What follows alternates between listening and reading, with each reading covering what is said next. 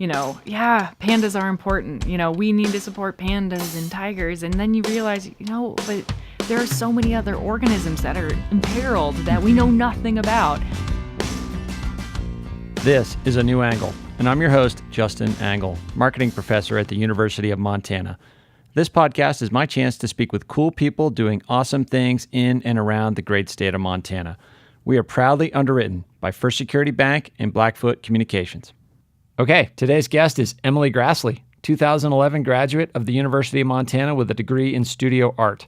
Emily is the creator and host of the hugely successful YouTube channel, The Brain Scoop. She's also the Chief Curiosity Correspondent at Chicago's Field Museum. Emily is dynamic, engaging, creative, and not afraid to speak truth to power. It's been amazing to follow her success, and I was so stoked to get some time with her during her recent visit to campus. We cover some ground in this conversation, and I'm excited to bring it to you right now. Okay, so we're here today with Emily Graslie. Emily, thanks for coming on the podcast. Hi, thanks for having me. So you are back here in Missoula. Yep. To be the honoree of our Odyssey of the Stars event this weekend. It's pretty exciting. It's got to be pretty surreal to come back to your alma mater and be an honoree.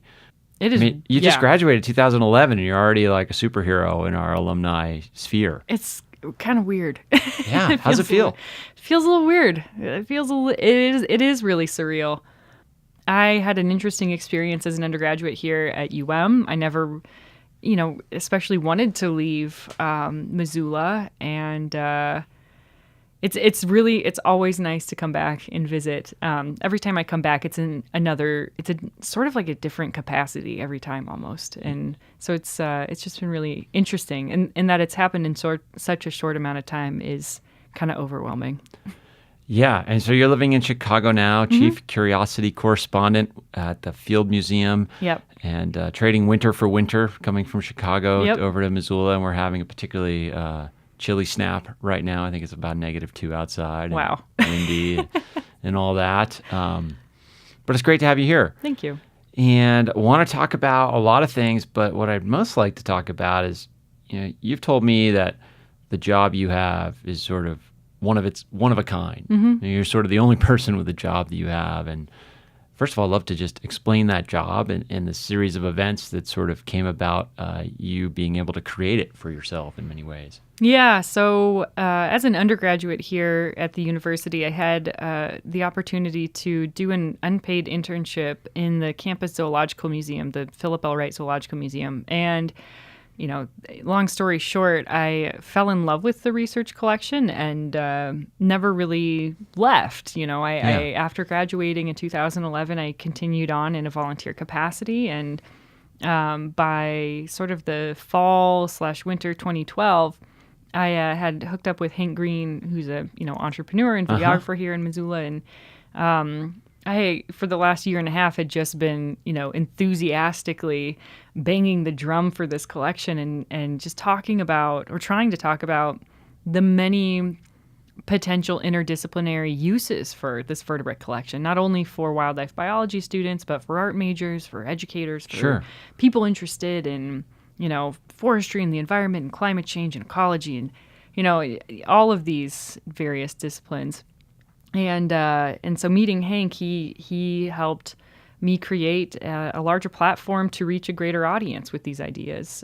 So we launched our educational YouTube channel, The Brain Scoop. Brain Scoop, right. In January 2013. And a few short months later, the Field Museum in Chicago had seen it, and the president was really interested in the potential to take that channel, which reach, within a couple of months, we had over 100,000 subscribers. Wow. And yeah. That's amazing. Yeah.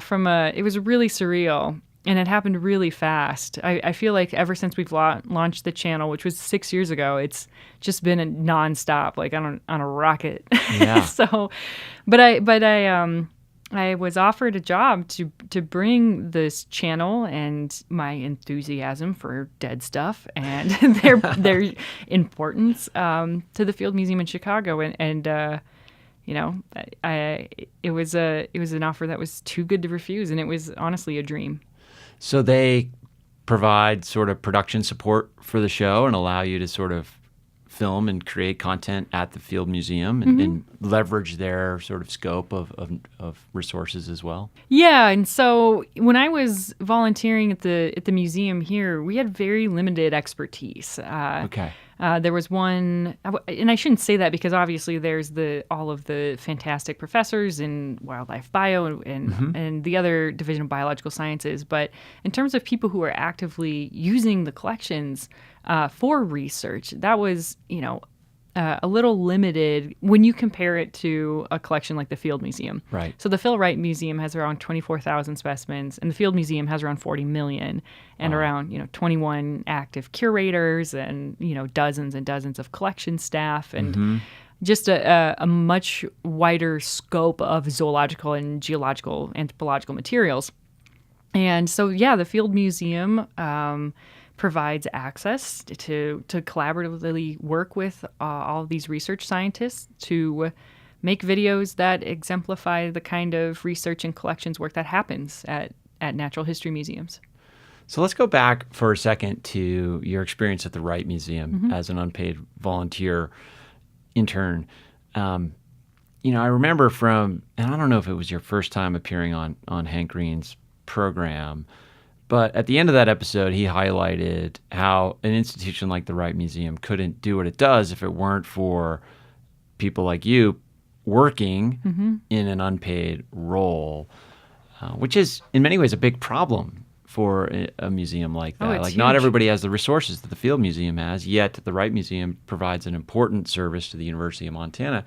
Can you talk a little bit about that tension there in your experience? Yeah. So, to begin with, I should say, I am really privileged to have had the financial flexibility my senior year to take an unpaid internship. I mean, I got 3 course credits for it, so it wasn't, Sure. Counted Counted for something. Yeah, counted for something. Although you probably had to pay for those course credits, right? Yeah, so I had to pay for the course credits, but it was through the support of Marianne Bongiorni, my drawing teacher, who advised this internship, and Dave Dyer, the curator at the time at the museum. They really opened up the collection, and after I graduated, I'm sure there are listeners out there who are like, well, what did she expect she was going to do with a degree in painting, right? Geez, sort of the dismissive attitude toward studio artists in general. But the reality was, I spent 3 years working at the UC Market. And then when I graduated, you lost that job because it's for students. Work study type of thing. Yeah. And so I picked up some hours at the bookstore. And, no offense to the bookstore, but it wasn't the intellectually stimulating place that I was looking for. Well, it's not why you went to college. Yeah, exactly. Right? So I continued to volunteer in the museum because the museum needed it. I mean, this is an invaluable collection. It's the repository for zoological specimens, vertebrate specimens for the entire state of Montana, and represents the largest collection of northern Rocky Mountain wildlife in the world. Right? There's not another place that has a better grizzly bear skeletal collection. And at the time, there was one curator who had been there for about 20 years, but he was only part-time. So he split his time between the Zoological Museum and the one herbarium. full-time employee at that point. One part-time. Part-time, sorry. Yeah, one part-time employee. And so through this internship, I've not only created a portfolio of artwork about the collection, but I began to learn about the importance of this collection and its historic significance and the scientific significance of it. And I just saw all the work that needed to be done. I mean, you can't just have a zoological collection and just shut the door on it for 20 years. There's active work that has to be done to care for the specimens, even though they're dead, right? You're still mitigating pest damage. You're still providing access to researchers. And there just wasn't enough capacity to do that. And over the years, the collection had shrunk more and more to occupy a smaller and smaller footprint within the Division of Biological Sciences. And I saw, a real potential for interdisciplinary use in that space. And so I just committed myself to carrying out what I thought just needed to be done. Right. And did so in a volunteer capacity. Yeah, I mean, committing yourself to doing what needed to be done at a giant institution with budget problems and in a role of, just a recent graduate. Not to diminish that, but you're up against, institutional structures and stodgy faculty members and you know what I mean?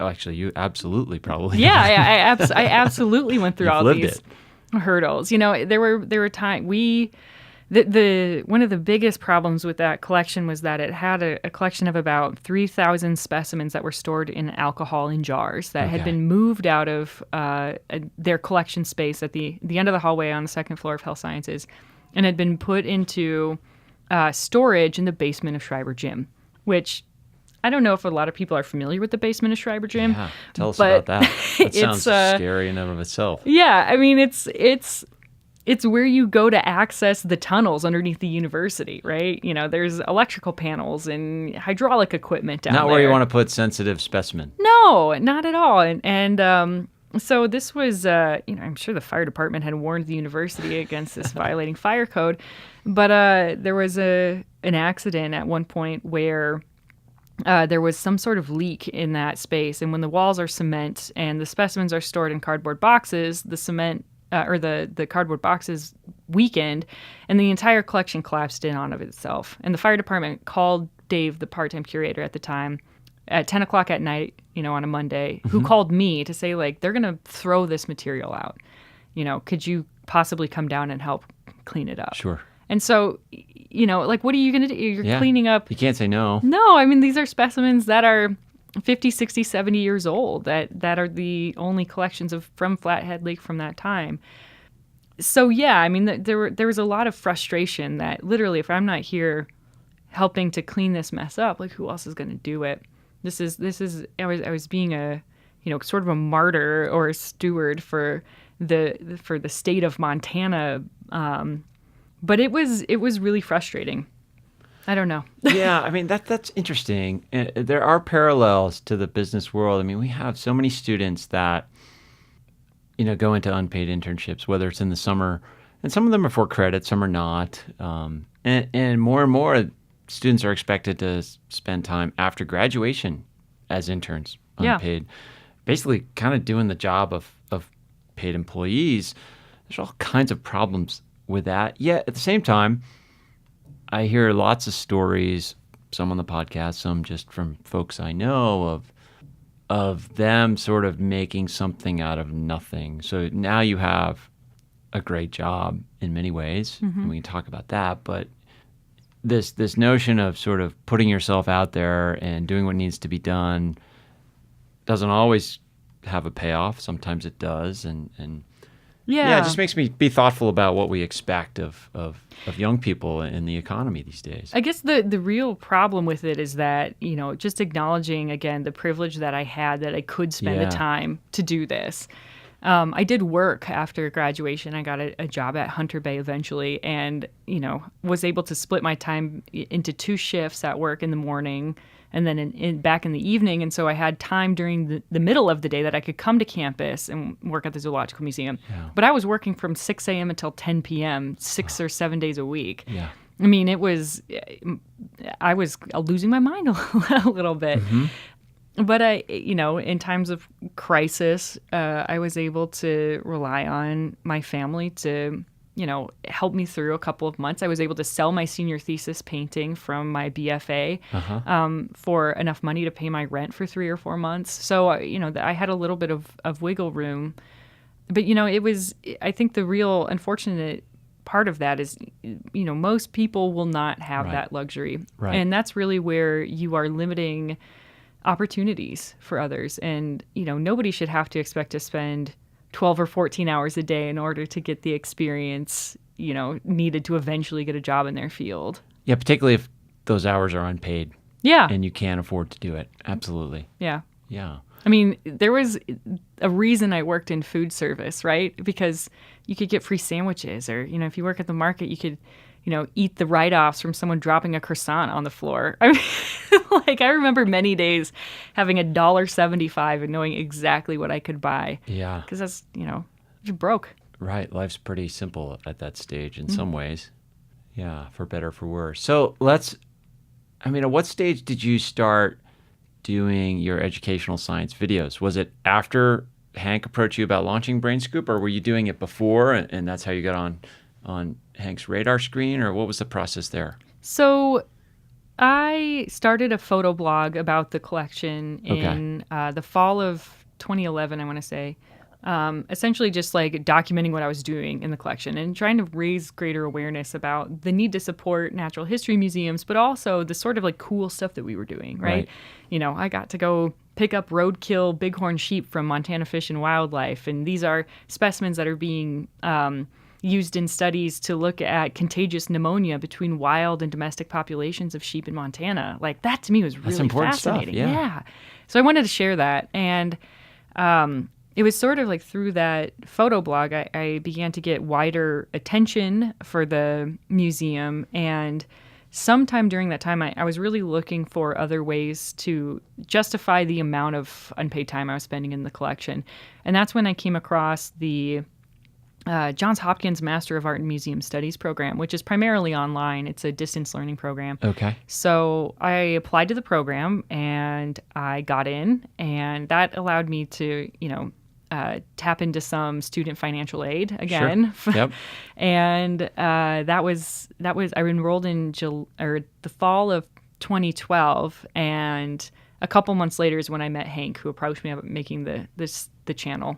So that was going to be sort of my thesis, my research was, what can we do with museum outreach? Sure. Looking at this small regional collection in Montana and using a digital and potentially international platform to gain recognition and support for it.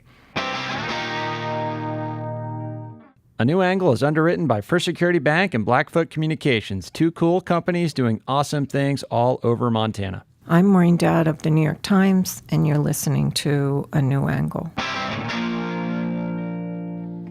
And so I did 2 semesters of that master's program before I got the offer to start at the Field Museum. Okay. And then I never finished. That's okay. Yeah. Yeah, and so now you're with the Field Museum, and I don't know much about the museum world, but the kind of impression I have is it's not necessarily the most progressive space as far as innovation goes. Yet it can have that reputation. Yes, yet here's an institution like the Field Museum making a big investment in a young, talented person who's creating science education in a new medium. Tell us about kind of how that came to life and why you're excited about it. Well, museums in general, I think sort of share this familiar sentiment that, the public, big quotes around it, like the public doesn't care about us. The public doesn't know what we do. Right. The public has an impression of who we are. And, a lot of that is sometimes just an emotive response. The reality is American Alliance of Museums publishes these amazing statistics every year that museums reach tens of millions of people. Like, more people visit museums and cultural centers every year than attend every major sporting event in the U.S. combined. Wow. It's amazing. Museums matter to people. Yeah. Museums are some of the most trusted organizations on our planet. But even so, there is still a pressure from the people who fund museums, whether it's taxpayers or like the Field Museum's a private institution, so we have a board of trustees. Everyone wants to know like what you're doing to reach people. Mm-hmm. And the Field Museum was really, took an innovative approach to this by seeing an opportunity where someone else had already created a digital medium and had cultivated an audience and a following around this topic. How large was your audience at this point for Brain Scoop? Around 130,000 people. Okay, yeah, so quite a footprint. Yeah, it was reaching people. And so they thought, well, this could be a great experiment. Clearly there's something to this person, me, that gets people excited about science, and we need to get people excited about science. Mm-hmm. And we had a new president at the time, Richard LaRiviere, who was really invested in outreach. And so they brought me on sort of as an experiment, like, let's see what's going to happen. How do you fit into the org chart at the Field Museum? Like, how is it structured? I bounced around a lot, because the access that I received here at UM to the collections was just unprecedented. Sure. I had the passcode. And you're probably the only one down there doing it. Yeah, Dave, the curator at the time, was just really happy to facilitate my interests, and so he's like, just go for it. Yeah. Self-directed learning is some of the best ways to learn So he was in full support of that. And so when I started at the Field Museum, I was a little bit surprised to find myself in the communications department instead of working directly with collections.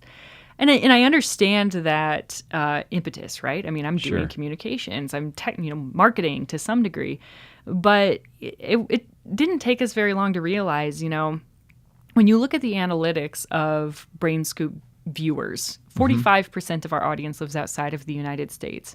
45%. 45%. Wow. Yeah. So why put me into a department that is already spending the vast majority of their resources and staff time on marketing and communicating toward the Chicago area and the Midwest region? Yeah, misplaced. Yeah, it didn't make a whole lot of sense. And once we realized that, it was like, oh, well, we can use this to free BrainScoop up to talk about the things that aren't necessarily going to drive attendance or drive foot traffic, because maybe that's not what we need.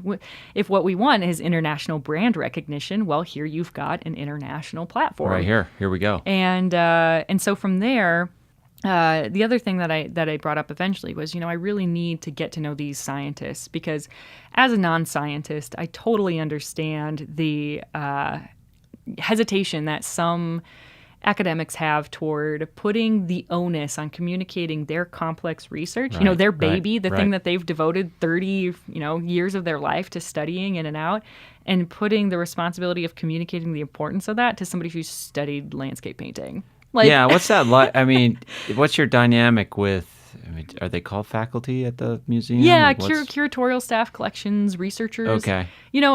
I'm thinking of like the episode of Friends where like Ross is hanging out in his white coat with all the other paleontologists, and they have the blue coat people in the lunchroom. The episode I'm talking about. I'm really dating myself as an old person. No. Yeah, it was very hierarchical. Like the character worked in a museum, and you had the people that were scientists and the people that were the people that did other stuff, and very strong sort of power distance between those groups. Well, I think historically that's how it's worked in museums, but scientists are smart people. They know that, science literacy in the United States is sort of in dire straits. Right. We need to work with what we have, and we need to invest in the things that are working, whether or not they would be things that we would have the intuition to trust in to begin with.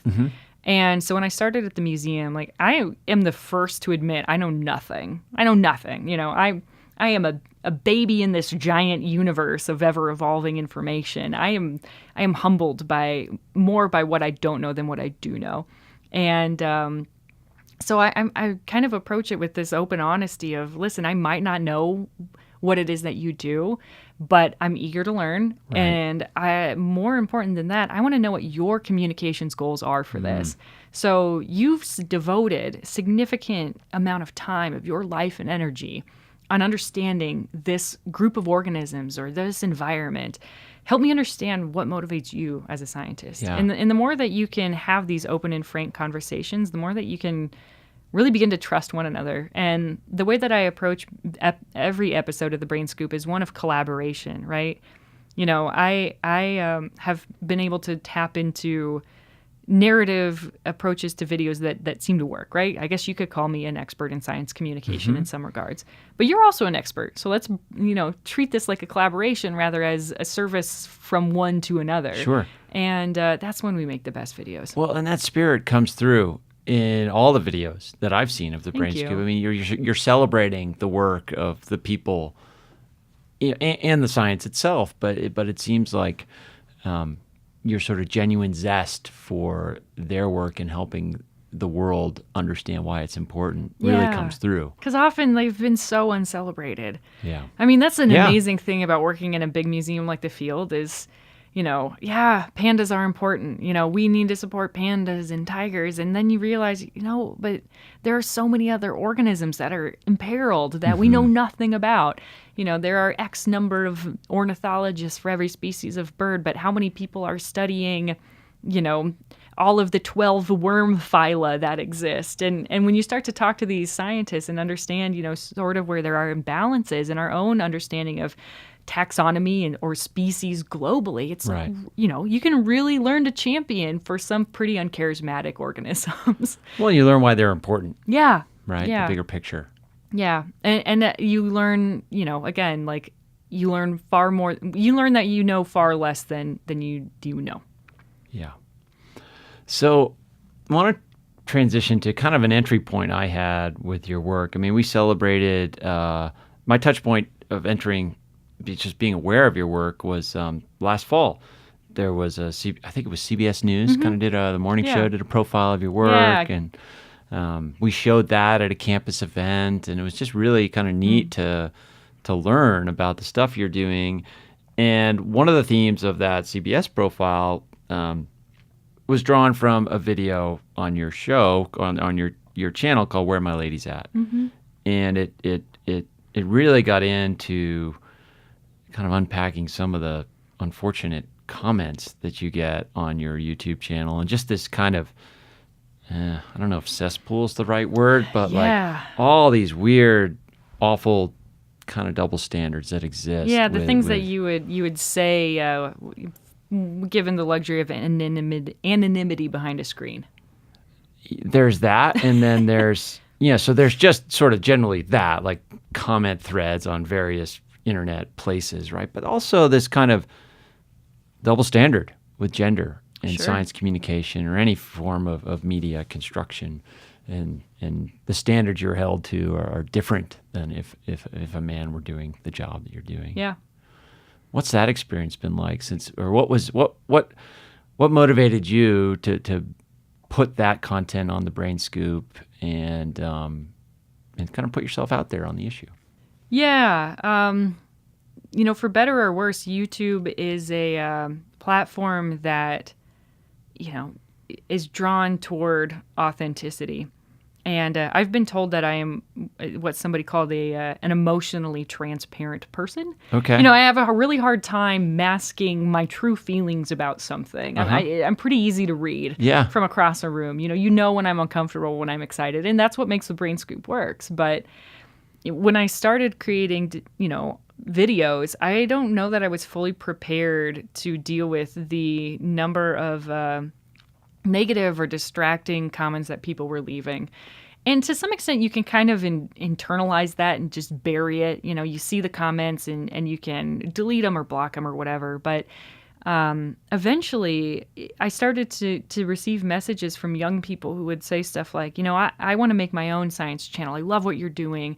Or I want to make a video about music or the arts or ceramics. Yeah, whatever. You're inspiring people to create. And they said, but, I'm gay or I'm black or I'm a young woman. And how do you deal with all those comments? Because you realize, like, you're not the only one reading this stuff. Your viewers are reading That's this. right. If someone's going to scroll down and leave a comment on your video, they might check to see if that comment's already been written. And that's unlikely. Yeah, you think they're actually going to check if somebody else wrote my awful idea? I mean, but it's usually but not. I get your point. Not the awful ideas. These are the people who want to genuinely like contribute to what it is that I was talking about in the video.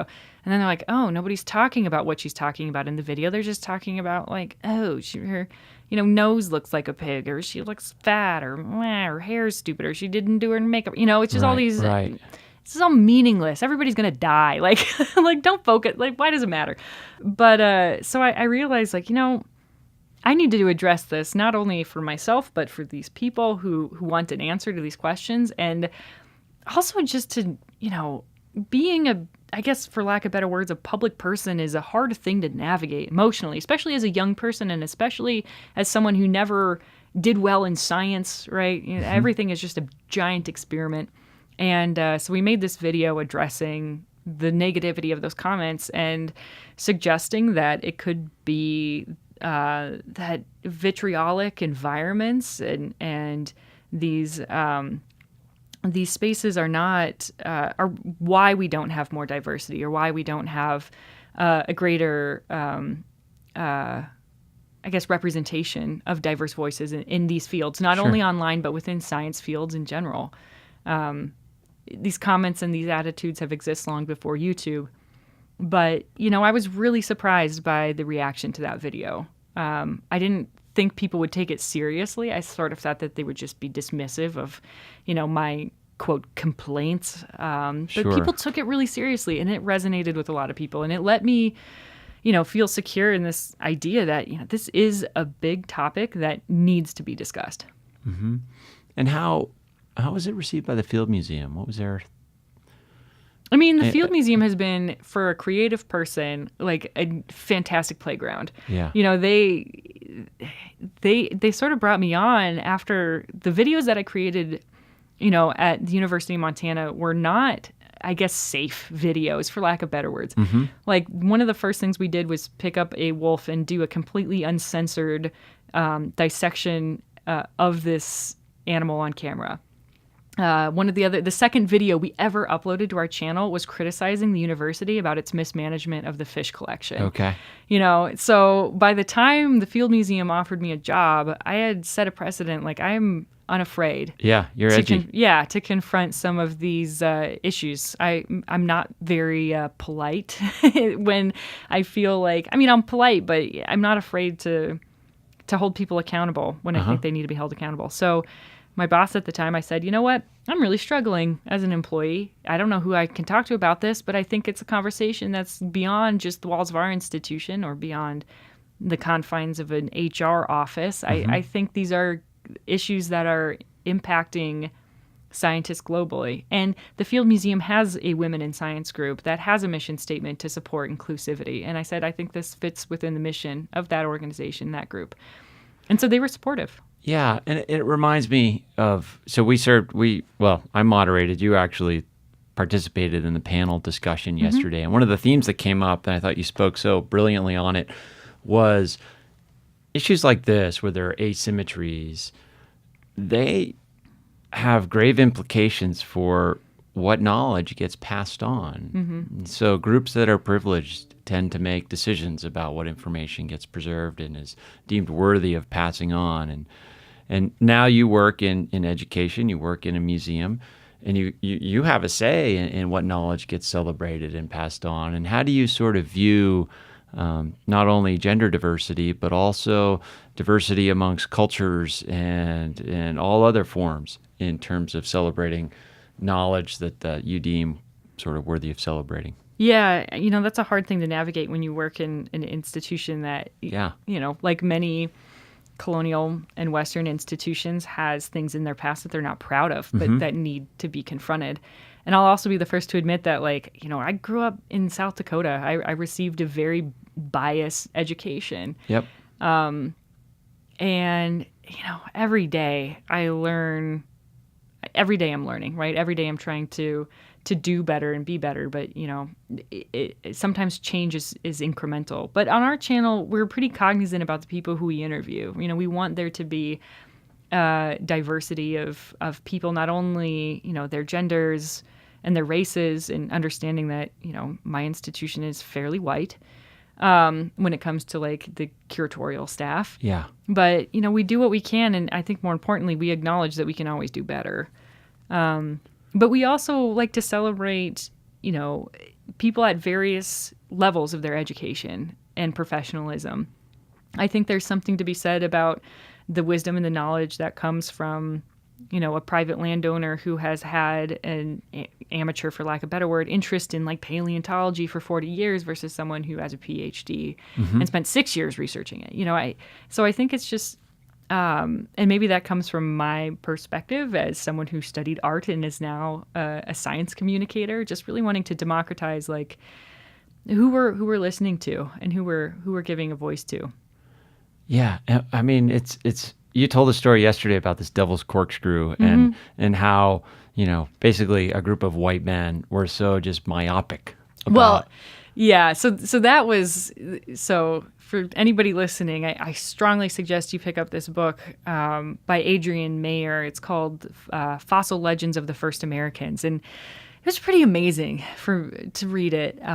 This author went around for years collecting oral histories of tribal members from all around the country and recording, their myths and legends about how they interpreted fossil material that they would come across. For, people have been living in North America for tens of thousands of years. Right. So back in the late 1800s, paleontologists went to northwestern Nebraska and started talking to these landowners, these new settlers, who were excavating these fossil spirals. Some of them are, 5 to 6 feet long. They're really big. Okay. And as I mentioned yesterday, when white people don't understand something, they call it the devil, like Devil's Tower or Devil's Lake or Devil's Corkscrew. So they were talking about these devil's corkscrews, and nobody really knew what they were. That's what they said. Nobody knew what they were. Nobody. And Adrienne Mayer recounts in her book, like, the native communities who had lived in that area were like, no, those are the burrows from ancient land beavers. And the white people were like, what? No, like, we have no idea what they are. And the native people were like, no, they're seriously like they're a little smaller. They don't have the tail or the paddle, but you crack one of these burrows open, you could find skeletal remains of ancient land beavers. Mm-hmm. And then, after a while, these paleontologists published these amazing finds and discoveries. Sure. Like, these are land beavers. We had no idea. And so that's just one example. And something that kind of like blew my mind recently because, you're right. When you look at it from that perspective, paleontology as a field of science is fairly young when you compare it to, people must have been interacting with fossil materials for tens of thousands of years. You would think, yeah. They had their own interpretations and their own histories and ideas and origin stories. And a lot of times with new scientific knowledge, they would incorporate that into their myths and legends as well. So you've been at the Field Museum, what now, 6-7 years? Yeah, it's like 5.5 years. And Brain Scoop is hugely successful. What is it, like 500,000 subscribers? Or yeah. What's next? I mean, do you even have time to think about what's next for you? Well, the what's next is funny because I've been working on what's next for the last year and a half. Okay. It's a project that is something I would have never dreamed I would have the opportunity to pursue, and I can't share too many details about it. But what that's got to mean it's really awesome. I mean, it means that the contracts are really long. Yeah, exactly. So the contracts take a while to negotiate. But essentially, it's a media project. So Brain Scoop videos are between 5 and 10 minutes, sometimes 10 to 15 minutes. This is about 180 minutes of media that I'm writing, I'm producing, and hosting, and it's pretty exciting. And I wish I could share more details, but well, this is a good breadcrumb. We'll have to update the listener later, and this incentivizes them to pay attention. Yeah. And did I hear yesterday are you working on a book too? Oh, goodness. I mean, Or is that even fair? Like, that's a bad question to ask sometimes, I get. But. Yeah, I mean, there have been books. I am represented by a literary agent who I'm sure would be delighted to know that if I was working on a book. But, the reality is I've just worked so hard for the last, 6 years creating educational videos. And we're a really small production team. So, how big is it? Like, how do you pull it off? Right now, it's myself, and we have one videographer and editor, and we have a production assistant for the first time. Okay. So we have an employee who's helping me with managing filming schedules and helping to come up with content and episode outlines.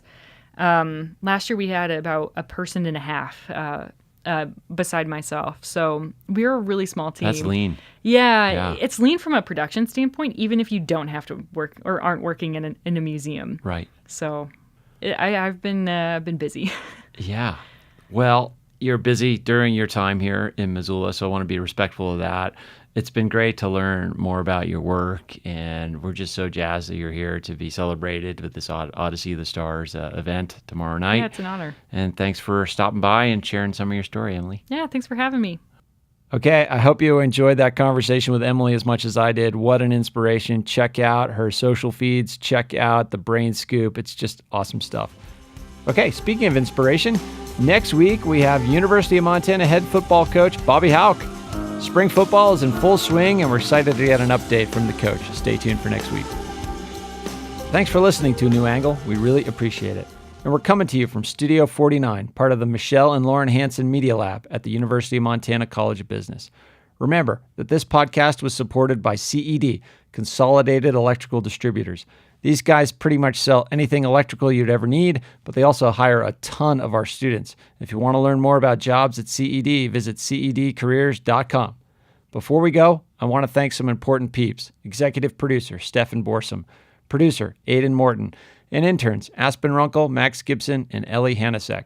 Huge thanks to VTO, Jeff Ament, and John Wicks for the tunes. And finally, props to Jeff Meese, our master of all things sound.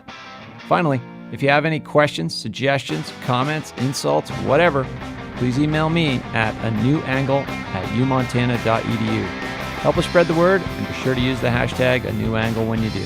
Thanks a lot. See you next time.